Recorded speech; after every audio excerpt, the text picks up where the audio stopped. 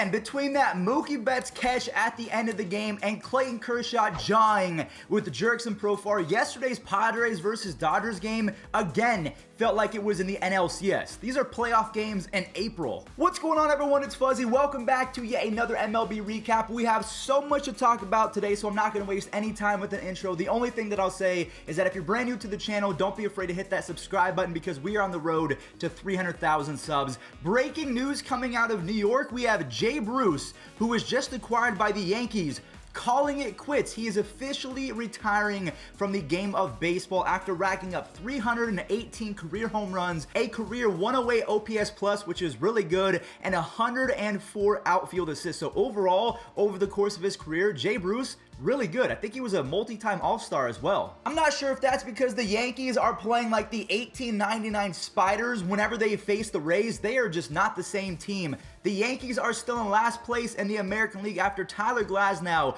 was able to get through hand cramps. You didn't even know that your hand could cramp, but as you can see, he is in a good amount of pain. He goes back to the dugout, he chugs a bottle of water, and he was terrific in that game, holding the Yankees to 1 earned run, striking out 7 in 5 innings. The Rays hit 3 home runs as Francisco Mejia drives in yet another run in the 9th inning. And if you guys do not have a Twitter, I would recommend downloading it just to follow Yankees fans because their tweets, yo, they're all over the place right now. There's optimistic Yankees fans. There's fans that are saying, hey, Brian Cashman needs to get fired, and same with Aaron Boone. A lot of stuff happening. The Twins might have a potential outbreak on their hands, so that series, the Twins versus the Angels, was postponed yesterday and today. It might be back tomorrow, Monday, but we really have no idea. I wanted to update you guys, though, because this was going to be a really fun series. 2 juggernaut offenses going up against each other. I'm upset that we didn't get to see that. Hopefully, it happens tomorrow. Now, I want to go ahead and get this Cleveland game out the way right now because it was one of the most embarrassing losses I've ever seen in my entire life.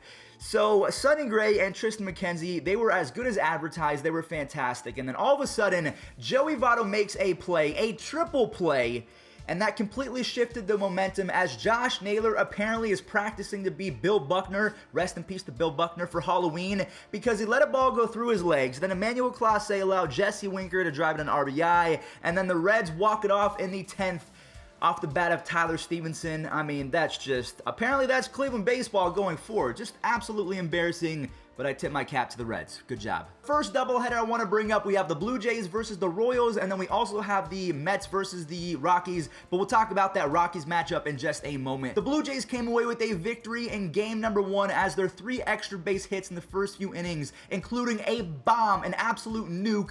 Maybe it was, I can't remember how far it went, but either way, it was a bomb from Vladdy Jr. He puts the score out of reach as Steven Matz, who is this guy? He's not even the same person that he was for the Mets. He took a no-hitter into the 6th inning. He's only allowed 3 earned runs in 18 innings to start 2021. That'll definitely play. And then in game number 2, Carlos Santana doubles, but Jorge Soler is unable to throw out Vladimir Guerrero Jr. at home as the game is knotted up. But then Salvador Perez, who might be back on the Hall of Fame track, he is going to have to put up 2020 numbers for the next 5 to 6 years if he's going to want to have a chance. But he is showing with this splash shot that he has a lot of gas left in the tank. A lot of people would say that his prime offensively is better than Yadier Molina, but Yadi was better at defense. So a lot of people would say that they're neck and neck talent-wise. I think the Cubs heard me talking smack about them yesterday, so I'm terribly sorry, Braves fans. You can pretty much put that L on me. Remember, the Cubs had a negative WRC plus with runners in scoring position coming into the weekend, and yeah, again, they heard me talking smack, and they erupted for 6 home runs yesterday. Contreras had 2 of them. Javier Baez joins in on the fun, along with, I almost said Kobe Bryant, Chris Bryant, because I just put the last names in my script. Rest in peace, Kobe.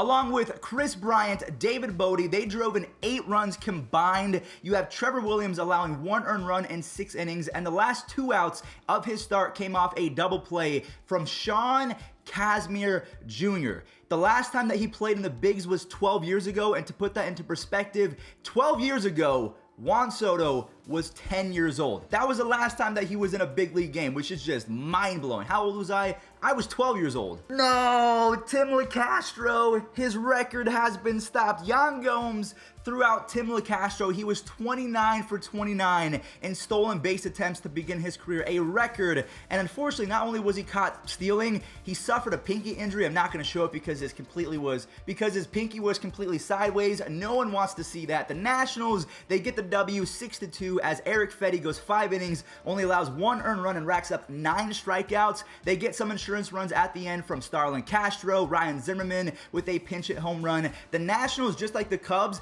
they have to keep doing this because it looks like their starting rotation, and unless they have their ace on the mound, it's going to be pretty inconsistent. Yadier Molina is on fire to begin the season. He hits a home run, and then Paul DeJong makes it back-to-back, but that wasn't the only back-to-back home runs from that game. Nolan Arenado goes yard, and then Yadi does it again. So for the second time in that game, Yadier Molina goes back-to-back with one of his own teammates, which is really cool. I never really even thought that could happen. That's the first that I can remember that happening in a ball game. The Cardinals, again, just like the last 2 teams that we talk about that came out on top, the Cubs and the Nationals, if they can get consistent starting pitching, I believe that their offenses are going to start clicking as the year goes on. So they should be okay going forward. Now, another offense that is going to be completely fine, the Boston Red Sox. They win yet another game in the battle of the sock drawer, the Red Sox versus the Chicago White Sox. The momentum was swinging way in the White Sox favor early on in the game. Adam Eaton robbed a home run, but the Red Sox stormed back, starting off with a Marwin Gonzalez home run. The Red Sox score 4 in the 8th inning. They now are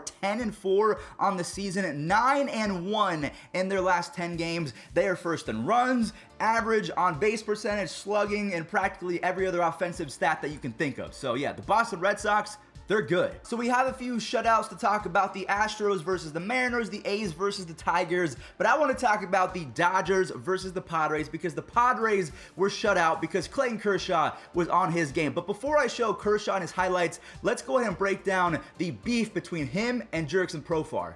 Jurickson Profar does his best. Richie from Benchwarmer saying, hey, take the bet. So this was intentional catcher's interference, I think, and that's why Clayton Kershaw is saying that's a BS swing.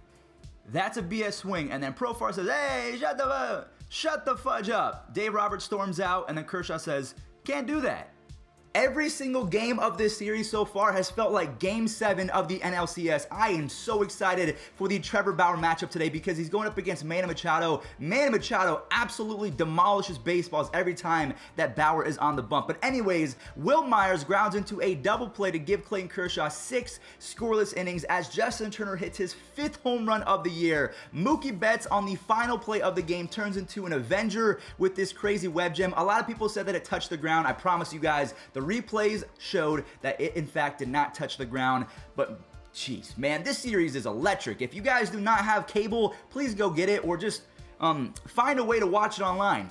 I'll let you guys, put 2 and 2 together. The Astros shut out the Mariners as 6'7" Taylor Jones drives in the only RBI of the game. Zach Greinke, after getting lit up by the Tigers a few days ago, said that he is never going to throw a slider ever again, and that's exactly what he did, and it worked, going 8 scoreless innings. Good job to the Astros because they have been playing horribly as of late. On the flip side, the A's have been playing fantastic. They win their 7th straight game in a row as Matt Olson and the offense humble Casey Mize after a pretty hot start to the season. Cole Irvin goes 6 scoreless innings with 6 strikeouts. The Tigers now have 4 runs total in their last 3 games. Yeah, they got to put Akil Baddoo back in the lineup, and Akil Baddoo's got to start raking again because he's pretty much their offense. The second doubleheader from yesterday, Jacob deGrom at one point in this start had 9 strikeouts in a row. That was 1 short of the Major League record, but unfortunately an error and a Ramil Tapia home run scares Mets fans because they yet again gave him no run support. Oh yeah, that was until Pete Alonso, Jonathan Villar, and Francisco Lindor woke up the bats.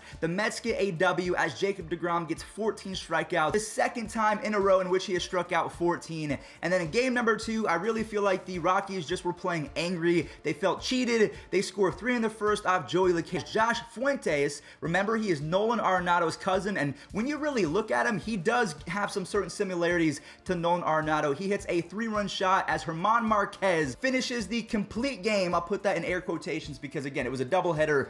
It was only 7 innings, but hey, German Marquez in his career has never lost to the Mets, so that was pretty much an easy win for him. Look at Austin Slater doing big things for the 2nd season in a row. He had an absolute bomb. I thought it was going to be a sacrifice fly off the bat, but it kept on carrying and carrying. This gives the Giants the lead, but Starling Marte has other ideas. For the 2nd game in a row, his clutch hitting comes in huge. Jazz Chisholm and Jesus Aguilar team up on a crazy play. I don't even know how Aguilar was able to complete this play, and Jorge Alfaro seals the deal with a walk-off W. The Marlins are now 6-1 in their last 7, so good for them. And then the final 2 games from yesterday, Freddie Galvis makes a terrific play up the middle and completes the double play in the 4th as Dane Dunning of the Rangers now has 14 consecutive scoreless innings. So that is one of the few win-win trades that I've seen. And the White Sox got Lance Lynn, he's been great, and the Rangers got Dane Dunning. He has been fantastic as well. Unfortunately, though, the Rangers put in their PTO, their paid time off, because they got paid to play, but they were not that great. They give up 6 runs. And then last but not least, the Brewers beat the Pirates 7-1 as Luis Urias drives in 2 RBIs on maybe a double. I know the center fielder botched it, so maybe you can't call it that. The Brewers hang a 5 spot in the 1st inning, and then Keston Hiura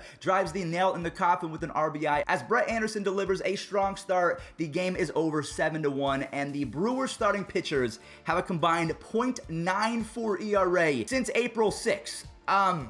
Is that good? All right, everyone. Well, that does it for today's MLB recap. Thank you all so much for watching. Do not forget to subscribe as well as follow me on my Twitch at Fuzzy from YT. That's the same for my Twitter, my Instagram, and my TikTok. Everything is at Fuzzy from YT. I hope you guys have a wonderful rest of your day. Enjoy watching some baseball, and let's go ahead and end it with this day in MLB history. Here's the stretch by Robinson.